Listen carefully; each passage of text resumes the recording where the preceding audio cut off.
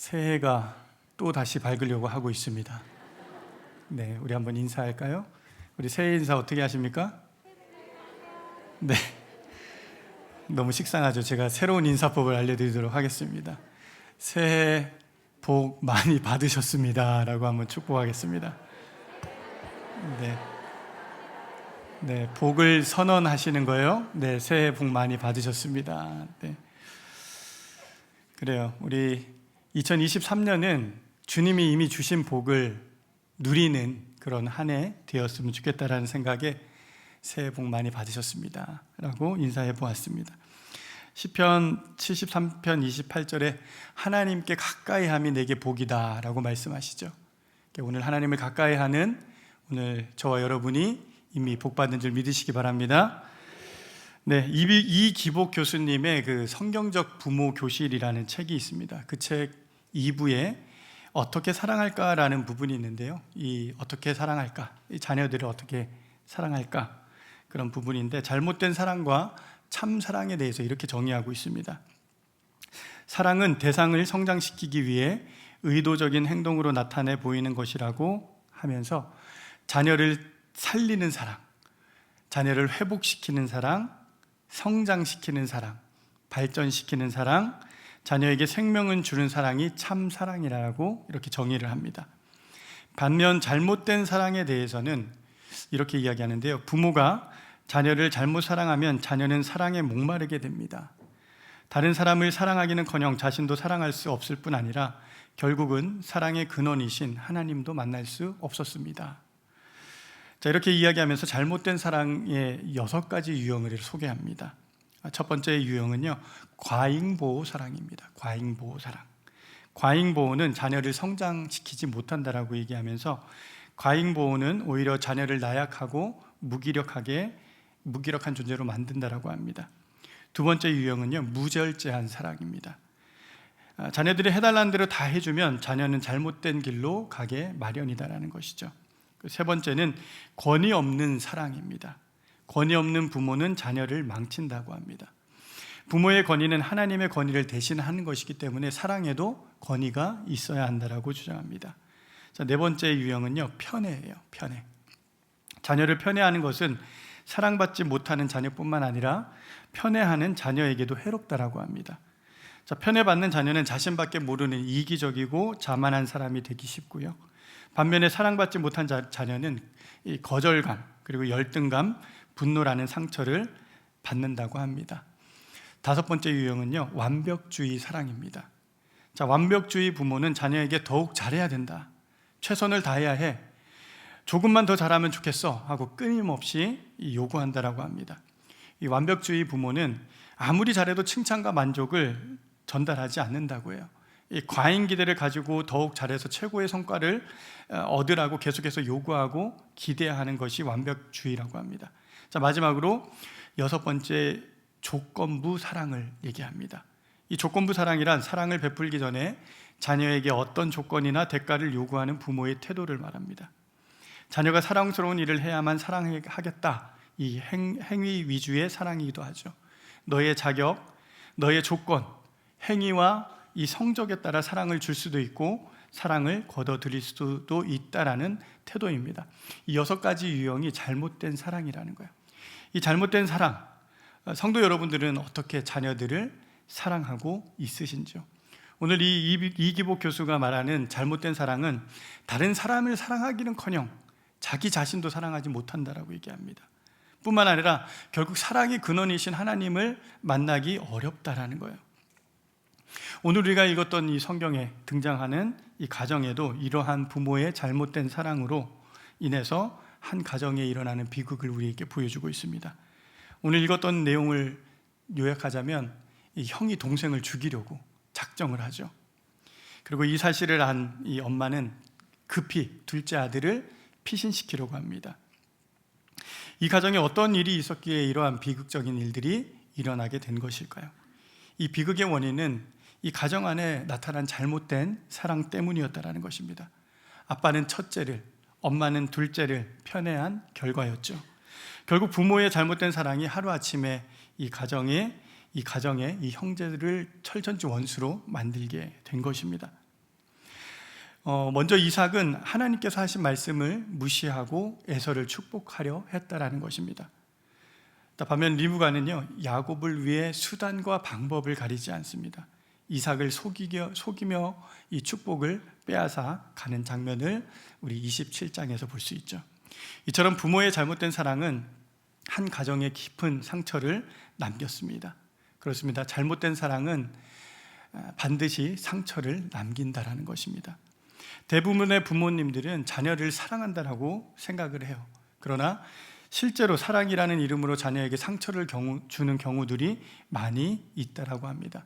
그렇다면 어떤 잘못된 사랑이 가정에 이 깊은 상처를 남기게 되는 걸까요?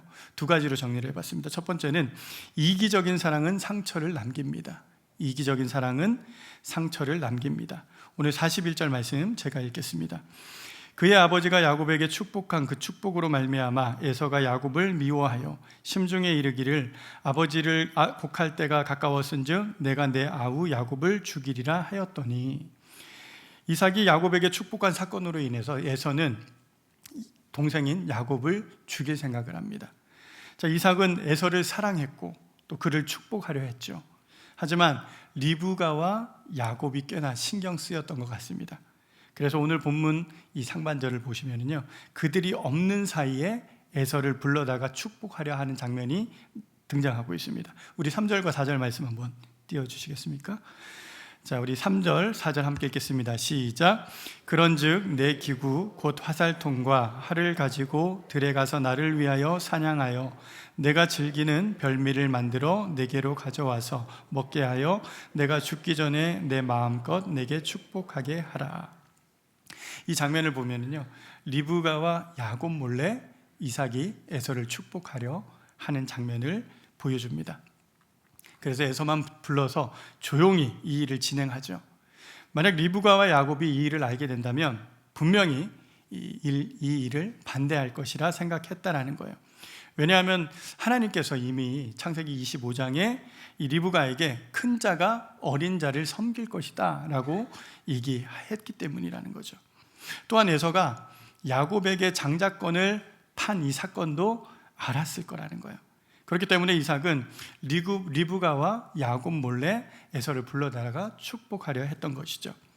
이삭은 이러한 사실을 알면서도 왜 에서를 축복하려 했을까요? 이미 하나님께서 큰 자가 어린 자를 섬길 것이다 말씀하셨고, 또 이삭의 이 장자권이 야곱에게 팔렸다라는 사실을 알면서도 왜 따로 불러서 축복하려 했을까요? 이것은 매우 인간적인 마음에서 나온 것임을 볼 수 있는데요, 창세기 25장에서 그 단서를 찾아볼 수 있습니다. 우리 25장 27절과 28절 말씀입니다. 함께 읽겠습니다. 시작. 그 아이들이 장성함에 에서는 익숙한 사냥꾼이었으므로 들 사람이 되고 야곱은 조용한 사람이었으므로 장막에 거주하니 이삭은 에서가 사냥한 고기를 좋아하므로 그를 사랑하고 리브가는 야곱을 사랑하였더라. 에서와 야곱의 너무 다른 모습을 보여주고 있습니다. 그들의 성향 자체도 달랐습니다. 에서는 익숙한 사냥꾼으로 묘사하고 있어요. 그래서 어디서 지냈다고 합니까? 들에서 지냈다라고 합니다. 오늘날로 이야기하자면 이 에서는 외향적인 성향이었어요. 그래서 외향적인 사람은 어떻게 합니까? 산으로 들로 다녀야 돼요. 그래서 여기 보면은 가만히 있으면 병나는 사람이죠, 외향적인 사람들은. 반면에 야곱은 어떤 성격이래요? 조용한 성격이에요. 조용해요. 그래서 주로 집 안에 머물러 있습니다. 오늘날로 얘기하자면 내성적이라고 볼 수 있죠. 내성적이고 나가면 병나는 사람, 어디 집 밖을 나가면은 에너지가 딸리고 하는 사람들이죠. 일명 집순이, 집돌이라고 합니다. 그런 성향이에요. 성향이 아주 달랐습니다. 아빠 입장에서 생각해 본다면 이 둘 중에 누가 나를 이어서 이 가문의 대를 이어갈 수 있을까라고 생각해 보았을 겁니다. 당시 유목민 생활을 하던 이 그들에게 있어서 누가 더 합당한 조건을 갖고 있냐라는 거예요. 매일 집안에 박혀 있으면서 허드렛 일이나 하고 있는 이 야곱이었을까요? 아니면 이 유목민답게 바깥에서 사냥을 하며 이 사냥 능력이 출중한 에서였을까요? 자, 물론 우리가 생각해도 누가 봐도 유목민 생활을 잘 감당할 수 있는 에서였다라는 거예요. 자, 그런데 이어지는 28절 우리가 읽었던 이 본문에서 또 하나의 결정적인 단서를 보여주는데요. 이삭은 에서가 사냥한 고기를 좋아함으로 그를 사랑하고라고 성경은 기록합니다. 이삭이 왜 에서를 사랑했대요? 그가 사냥해주는 고기가 좋았다라는 거예요. 그래서 그를 사랑했다라는 거예요. 이삭의 사랑은 매우 이기적이죠. 자기 중심적이고 조건적이라는 거예요. 오늘 이 이야기에서도 이삭은 축복하기 전에 에서에게 조건을 겁니다. 3절 4절 말씀 아까 봤는데 어떤 말씀이냐면 나를 위하여 사냥하여 내가 즐기는 별미를 만들어 내게로 가져와서 먹게 하여 그리고 나서 마음껏 내게 축복하게 하라 라고 기록합니다. 자, 축복하는데도 조건적이에요. 자, 먼저 네가 가서 사냥을 해와 별미를 해주면 내가 그걸 먹고 너한테 마음껏 축복해 줄게 라고 얘기하고 있는 것이죠. 철저히 자기 중심적이에요. 만약에 이삭이 에서를 정말 사랑했다면 그 자리에 즉시로 축복할 수는 없었겠냐라는 거예요. 자, 이런 주문을 했기 때문에 리브가가 또 그 이야기를 듣고 야곱과 그 속임수를 써서 그렇게 축복을 빼앗았던 거죠. 자, 이처럼 이삭의 사랑은 철저히 자기중심적이며 매우 조건적인 사랑이었음을 보여줍니다. 자, 이삭은 분명히 큰 자가 어린 자를 섬기리라라는 이 하나님의 말씀을 무시하고 있습니다. 그에게 있어서는 이 장자인 에서가 이 에서를 축복하는 게 당연하다라고 여기고 있는 거예요. 당시 관습, 그 문화가 그러했다라는 거죠. 자, 무엇보다 그의 이기적인 욕망이 앞섰다라는 겁니다. 그러다가 결국 어떻게 됩니까? 리브가와 이 야곱의 속임에 넘어가서 에서가 아닌 야곱을 축복하게 된 거예요. 이것으로 어떻게 됩니까? 축복받고 끝나는 것이 아니라 이 형이 동생을 죽이겠다, 이런 비극적인 이 사건이 시작되게 된 것이죠. 사랑하는 여러분, 우리 오늘 이 성경의 이삭의 모습이 오늘 우리의 모습은 아닌지 돌아보셔야 합니다. 아주 이기적인 사랑, 자기 중심적인 사랑으로 자녀들을 사랑하고 있다면 오늘 우리는 어쩌면 이삭의 길로 나아가고 있다라는 거예요. 이삭은요, 하나님의 말씀보다 내 경험, 내 지식, 내 욕망을 앞세우고 있다라는 겁니다. 이 세상의 관습이 더 중요하다고, 더 우선시하고 있다라는 거예요. 혹시 여러분 중에 내 명철을 하나님의 말씀보다 더 의지하고 있다면 이 시간 철저히 내려놓으시기를 바랍니다. 자기 욕심 때문에 우리 자녀들을 어렵게 하는 부모들이 있어요. 내 욕심 때문에 우리 아이들이 원치 않는 길을 가게 하는 경우들이 있다라는 것이죠. 이것은 잘못된 사랑입니다. 하나님의 말씀보다 결코 다른 어떤 것이 우선시 될 수 없다라는 겁니다. 이제 우리 가정에 더 이상 조건부적인 사랑을 중단하셨으면 좋겠어요.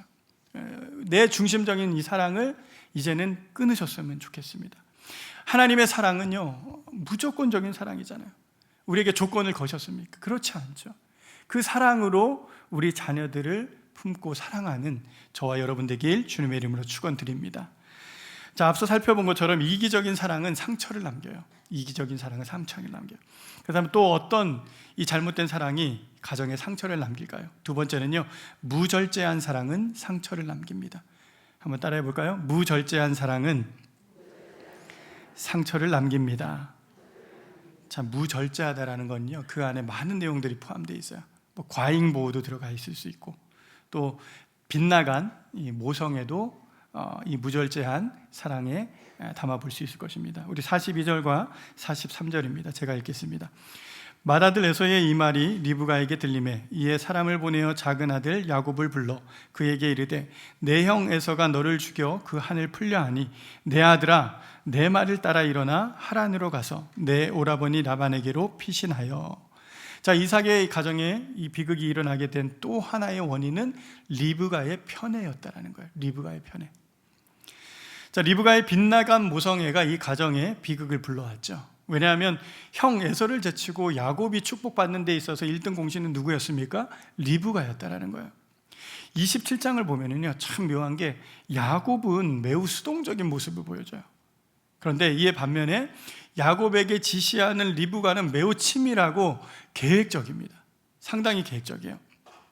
자, 오늘 우리가 읽었던 이 본문에서도 야곱을 죽이고자 이제 작정한 에서에게서 야곱을 보호하기 위해 또 다른 이 플랜을 가지고 있어요. 또 하나의 계획을 실행에 옮기는데 무엇입니까?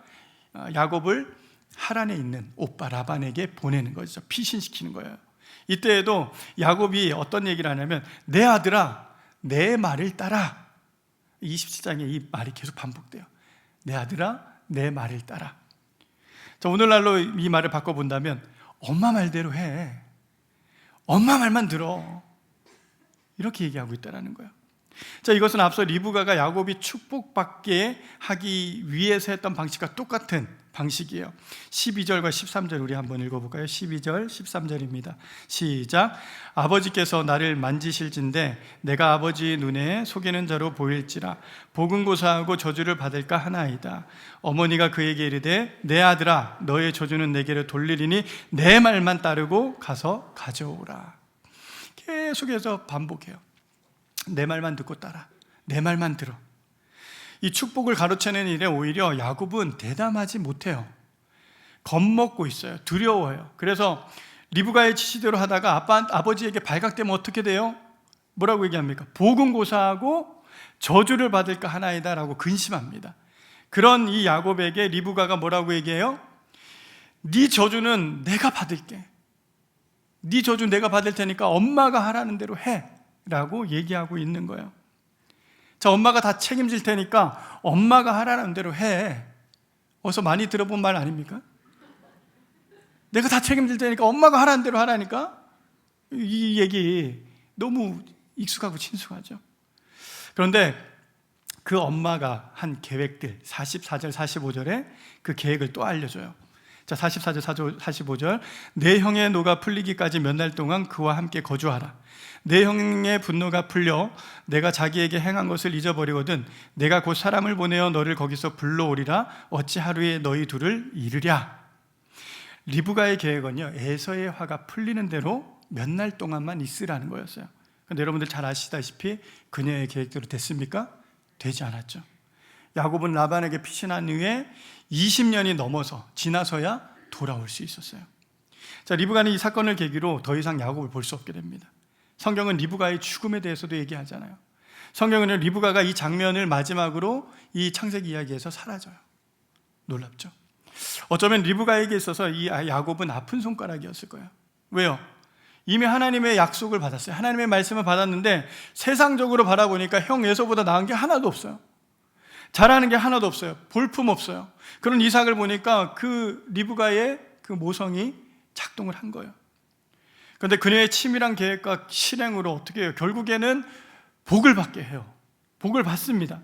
하지만 이로 인해 이 가정은 쪼개지고 파국을 맞이하게 된 것이죠.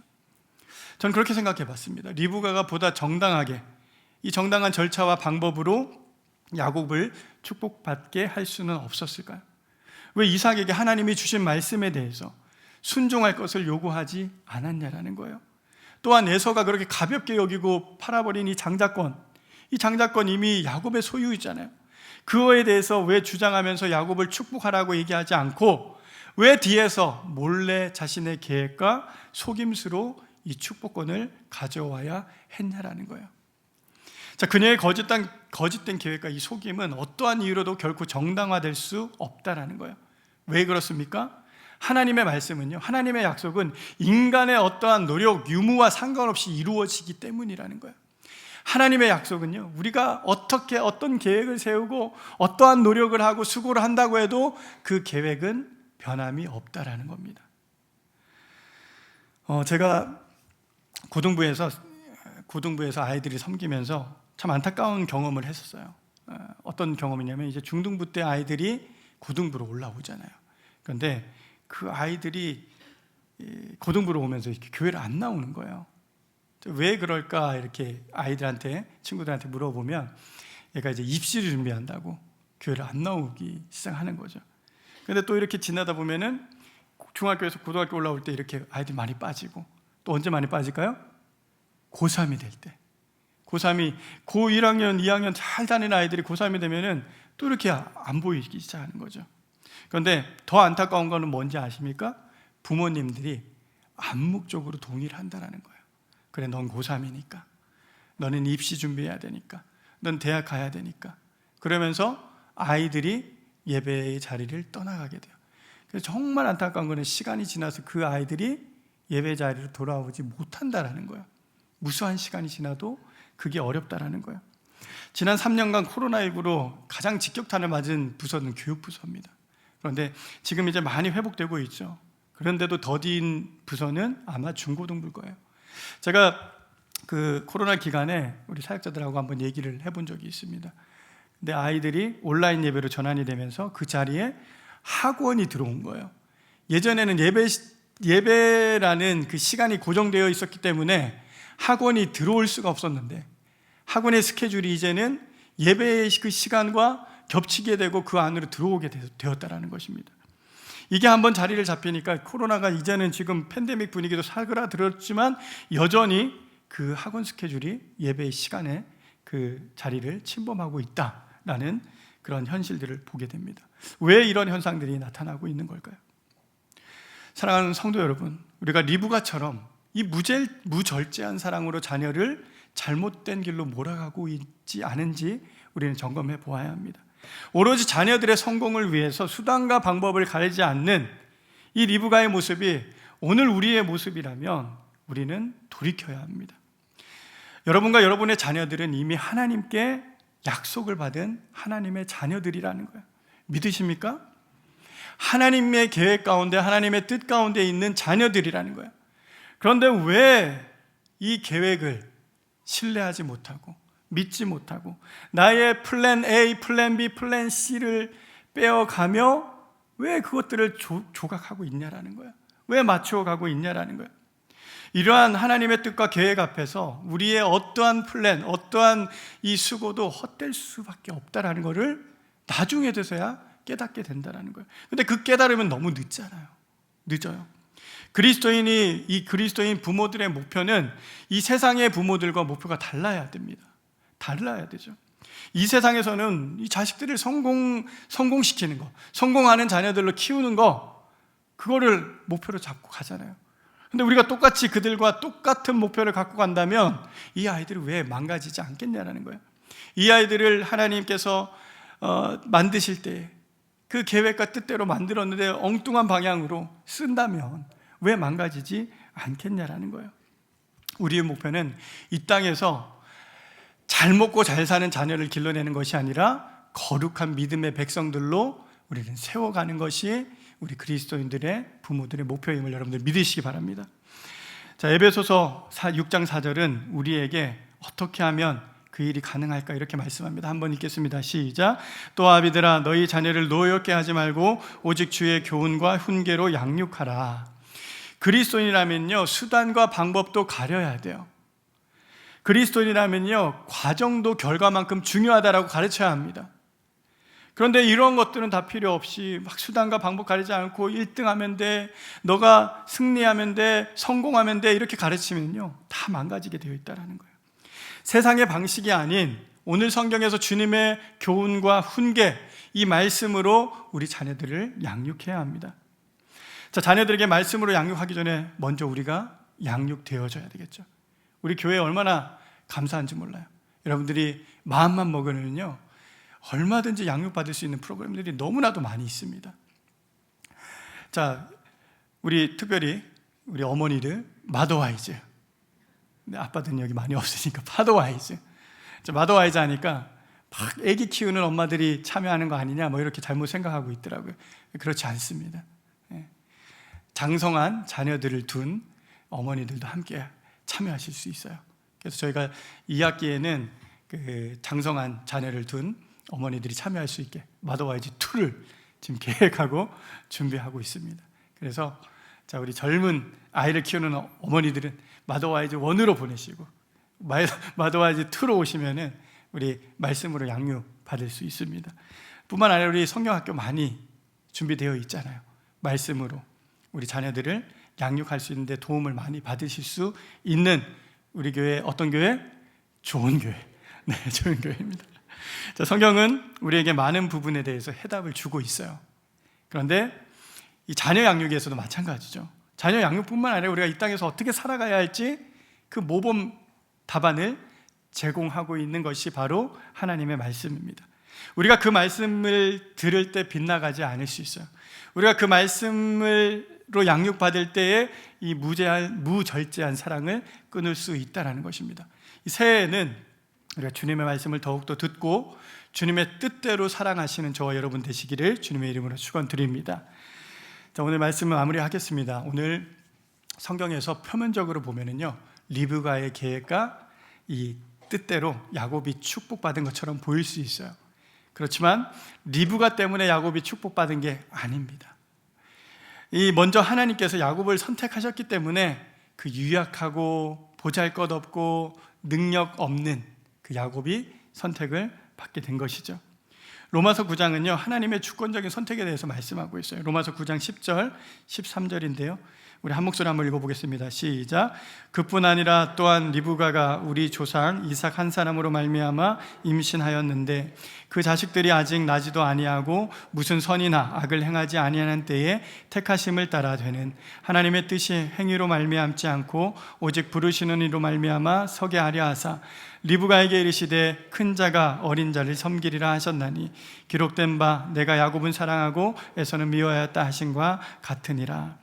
야곱이 축복받은 것은 하나님께서 선택했기 때문입니다. 그의 어떠한 행위 근거가 될 수 없다라는 거예요. 이삭과 리브가는 이 사실을 간과했어요. 여러분들, 우리 자녀들 동일합니다. 하나님이 선택하셨고 하나님이 세우셨기 때문에 우리가 어떠한 노력을 기울인다고, 우리가 어떤 행위를 한다고 해서 그 아이들이 축복을 받는다, 그렇지 않아요. 하나님의 주권 안에 우리는 있는 하나님의 백성들입니다. 그러므로 우리는 더 이상 잘못된 사랑으로 자녀들을 사랑해서는 안 됩니다.